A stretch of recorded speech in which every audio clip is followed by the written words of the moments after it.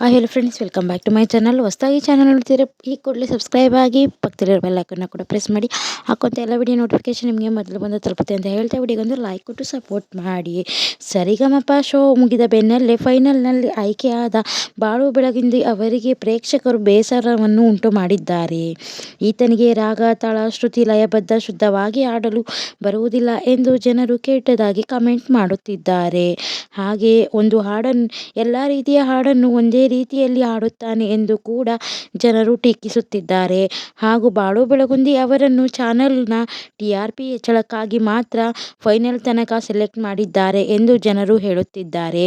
ಇದರಿಂದ ಮನನೊಂದು ಕಣ್ಣೀರು ಹಾಕಿದ ಬಾಳು ಬೆಳಗುಂದಿ ಅವರಿಗೆ ನಾದಬ್ರಹ್ಮ ಹಂಸಲೇಖ ಅವರು ಕರೆ ಮಾಡಿ ಸಮಾಧಾನವನ್ನು ಮಾಡಿದ್ದಾರೆ ಹಾಗೂ ಧೈರ್ಯವನ್ನು ತುಂಬಿದ್ದಾರೆ.